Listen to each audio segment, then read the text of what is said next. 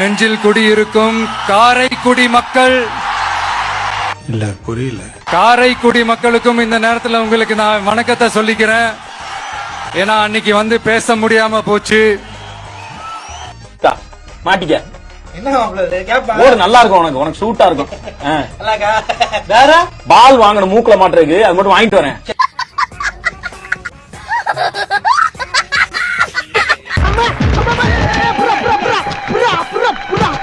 தூக்க முடியாத ஆளுக்கு புல்லட் எதுக்கு? உன்னோட ஆளுங்க உன்னை பார்த்தா பயப்படுவாங்க, ஆனா என்னோட ஆளை பார்த்தா எனக்கே பயம். அங்க பாருங்கண்ணா, எடுத்த நாள் முதல் இந்த நாள் வரை வண்டியை விடவில்லை. வண்டியை விடாம நாள் கணக்கா சுத்திட்டு இருக்கான். என்ன ராமலிங்கம் ஆலைய பார்க்க முடியல. எப்படி இருக்க? நல்லதா இருக்க. நீ எப்படி இருக்க? நல்லா இருக்கானப்பா. என்ன எப்ப பார்த்தாலும் சைக்கிள் சுத்திட்டு இருக்க? என்னப்பா ஆத்திரவசம் வண்டியில ரொம்ப சிரமமா இருக்குல்ல. இதுக்கே எவ்வளவு செலவு தெரியுமா? அத்தடி தெய்வமே, புயல் வேகத்துல போய்கிட்டு இருக்கேன். குறுக்கு எது மணலாரி வந்துடப்படாதா சாமி? ஐயோ, ஊரு ஒண்ணு புரிட்டாங்கப்பா.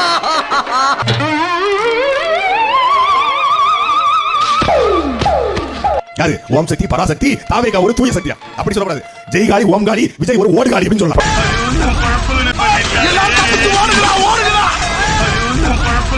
சரி, மனுஷன் நல்லா தான் ஓட்டுந்தாப்ல. திடீர்னு வந்து பாத்தீங்கன்னா சைக்கிள் அப்படியே நிறுத்திட்டு அப்படியே தூக்கி போட்டு குடுகுடுன்னு கேரவனுக்குள்ள ஓட்டாரு. நானே ஷாக் ஆயிட்டேன். என்னையாச்சு, ஏன் குடுகுடுன்னு விஜய் ஓடி போயிட்டாரு அப்படின்னு பார்த்தாதான் தெரிய வருது அது அவர் சைக்கிளாம். அதாவது அரை அவருக்கு வந்து 30 ரூபாய் சார்ஜ் பண்றாங்களா.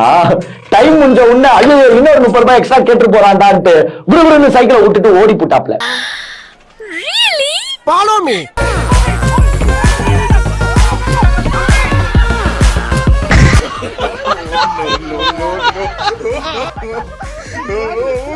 யாராவது மேல அதிகாரி ஊமத்துல எங்க இருக்கா? ஒரு கலவரத்தை வித்தியாசமா அடக்க போயிருக்காரு சொல்லு.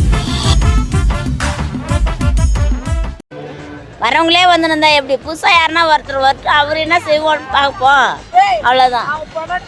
உங்களுக்கு அவ்வளவுதான். உங்களுக்கு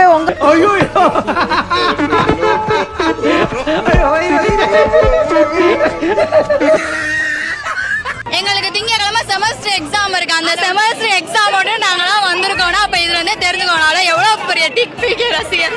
நம்ம மாப்பிள்ள பாக்குறத பொறி உண்ட மாதிரி பாப்ல ஆளு செம்ம காமெடி பண்ணுவாப்ல. காலேஜ் ப்ரொஃபசர் பார்த்தோம்னா காது மேலே அடிப்பாங்க.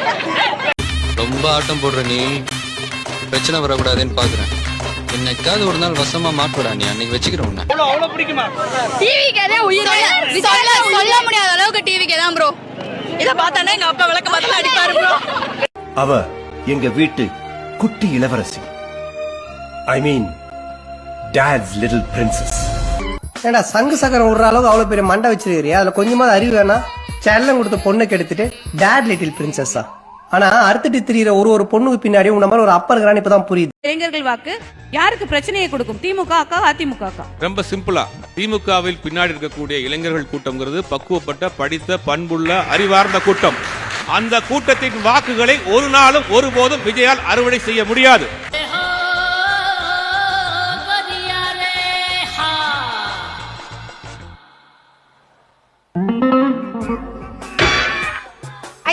விசிகாவின் பின்னாடி இருக்கக்கூடிய இளைஞர்கள் கூட்டம் அரசியல் படுத்தப்பட்ட ஒரு கூட்டம். அந்த வாக்கையும் ஒரு நாள் ஒருபோதும் நிறுத்த முடியாது. மாப்பிள அவனுக்கு சைடு 50 பேர், நம்ம சைடு 50 பேர். சரியா இருக்குமா? கவலைப்படாதீங்க மாமா, உங்க மாப்பிள்ள வேட்டியை இறக்கி விட்டாண்ட சாதாரண மனுஷன். அதே வேட்டியை தூக்கி மடிச்சு காட்டினாடா மதம் கொண்ட யானை. அதிமுகவின் பின்னாடி இருக்கக்கூடிய ஒரு சில சொற்ப இளைஞர்கள் வாக்கை விஜய் பெறுவார்.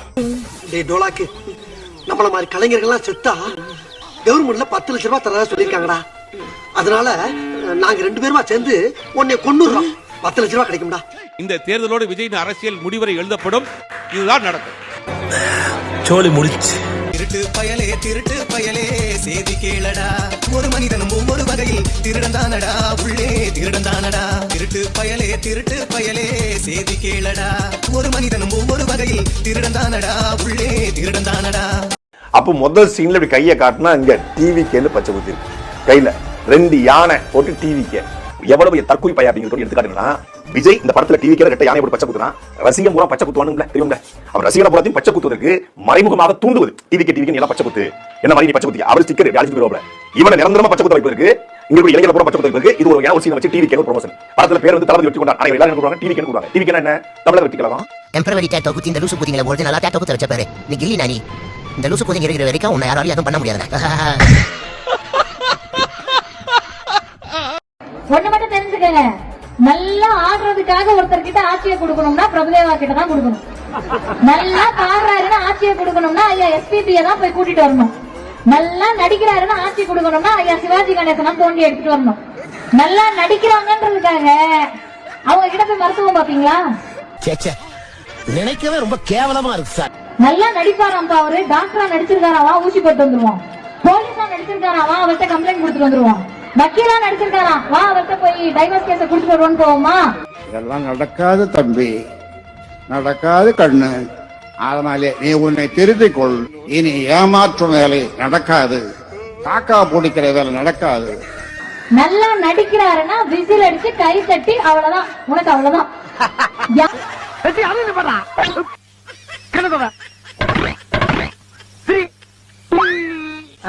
இப்ப இருக்கு மகர நல்லா இருக்கு.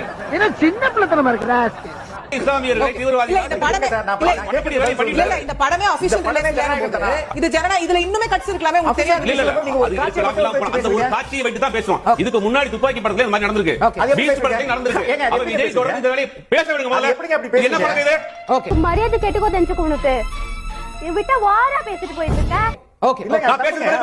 நீங்க உள்ள பேசுறீங்க வச்சுட்டு பேசுறேன். தொடர்ந்து இஸ்லாமிய பண்ணிட்டு இருப்பாரா? பாத்து சும்மா இருப்பாங்க. என்ன பேசுறீங்க?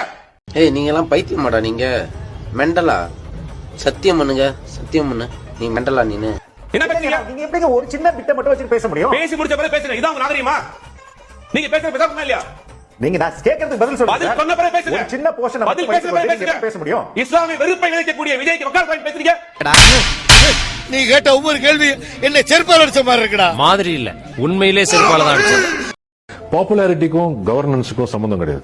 சோ நீங்க வந்து ஒரு பெரிய ஸ்டார்னாக்க நீங்க நல்லா ஆளுவீங்கன்றதுக்கு என்ன சம்பந்தம் எனக்கு புரியல. எனக்கு இப்போ நீங்க ஒரு பெரிய ஆக்டர், நீங்க வந்து எனக்கு நல்ல ஒரு கவர்மெண்ட் பாலிசிஸ்லாம் நீங்க டிராஃப்ட் பண்றதுக்கு உங்களுக்கு தகுதி இருக்குன்னு நான் எப்படி நம்புறது? ஆமா நான் உன்னை எப்படி நம்புறது? சொல்றது உண்மையில வச்சுதான் நீ நம்பணும்.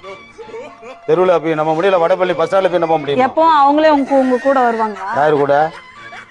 நம்பிக்கை தான் வாழ்க்கை, வாழ்க்கை தான் நம்பிக்கை. ஜனநாயகன் படம் வந்துச்சுங்க, இந்த படம் வந்து ரிலீஸ் ஆயிடுச்சு. அதுக்கு வந்து உதயநிதி ஸ்டாலின் தான் காரணம், முதல்வர் தான் காரணம்ன்ற மாதிரி பேசுறாங்க. அந்த படத்துல உங்களுக்கு ஓட்டு போட சொல்லி கேக்குது. அவங்க எப்படி சார் அதை ரிலீஸ் பண்ணுவாங்க? நம்ம மாறினாதான் மாற்றம் வரும்ன்ற மாதிரி அப்படியே கை காட்டுறாரு, கையில் அப்படி மை காட்டுறாரு. மை வந்து ஓட்டு வந்து தாவேக போட சொல்லி காட்டுறாரு. இதை உதயநிதி ஸ்டாலினோ எல்முருகனோ ரிலீஸ் பண்ணுவாங்களா சொல்லுங்க? பாரு வைத்த வலின்னு சொல்லி இரும்புறான், வாய புழக்கிறான் பாரு, சிரிக்கிறான் பாரு. மேடம் இவனை பத்தி இவன் பயங்கரமான ஆளு மேடம். அப்பா இருக்கிற வரைக்கும் என்ன பண்ணுவான்? வைத்த வலிக்குதுமா. அப்பா ஒரு பைக் அப்படி போகட்டும், போனை எடுத்து சில்லுன்னு ரீல்ஸ் பார்ப்பான். தூக்கத்துல கூட எல்முருகனோ உதயநிதி ஸ்டாலினும் அந்த தப்பை செய்ய மாட்டாங்க. காரணம் அவங்க அரசியல்வாதி. எதுவுமே பண்ணாம அப்படியே அமைதியா வீட்டுக்குள்ளேயே கடலூர் பிரச்சாரத்தை கேன்சல் பண்ணிட்டு நான் மௌனமா இருக்கிறேன், நான் மனசு கஷ்டத்துல இருக்கிறேன்னா நீங்க நம்புற மாதிரியா இருக்கு?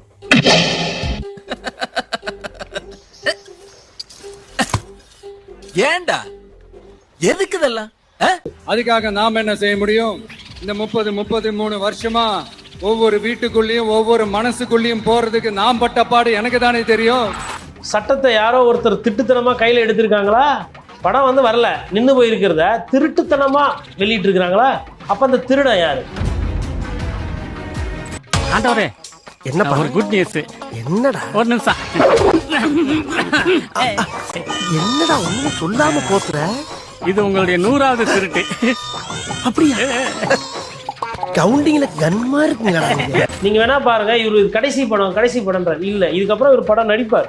நல்லா இருப்படா போடா, ஒன்னெல்லாம் ஒண்ணும் பண்ண முடியாது. அது எங்களுக்கும் தெரியும், உங்களுக்கும் தெரியும். திருச்சி அவர் நிக்கிற தொகுதி கிழக்குன்னா அதுல என்னென்ன ஊர் இருக்குது, என்னென்ன ஒன்றியம் இருக்குது, அங்கே என்ன பிரச்சனை, மக்கள் எவ்வளவு தொகை இருக்கிறாங்க, என்னென்ன சாதி இருக்குது, எங்க கோயில் இருக்குது, எங்க சர்ச் இருக்குது, இளைஞர்களோட தேவை என்ன, உள்ளூர் பிரச்சனை என்ன, விவசாய நிலத்துக்கு தண்ணி இருக்கா இல்லையா, இதெல்லாம் ஒரு வேட்பாளருக்கு தெரியணுமா தெரியக்கூடாது. அட்லீஸ்ட் வேட்புமனு தாக்கல் பண்ணதுக்கு அப்புறமும் நான் இதெல்லாம் கத்துக்க மாட்டேன், நான் போய் பார்க்க மாட்டேன்னா எவ்வளவு ஆணவம் இருக்கும்.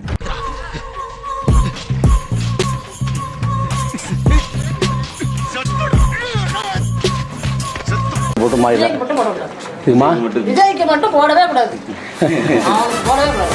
அவனை மட்டும் மந்திரியாவே ஆக்கக்கூடாது. நாடு குட்டிதாரா மட்டும் தமிழ்நாடு மக்களை தெரிந்த மாட்டேங்குது. இந்த இன்னும் 10 நாள் தான் கட்சி முடிச்சுட்டுருவோம், அவ்வளவுதான். அவன் போகட்டும் எங்கேயாவது. ஆனா அவன் மட்டும் தமிழ்நாட்டு ஆள்னா நாடு குட்டிதாரா. வாய்ப்பே இல்லம்மா.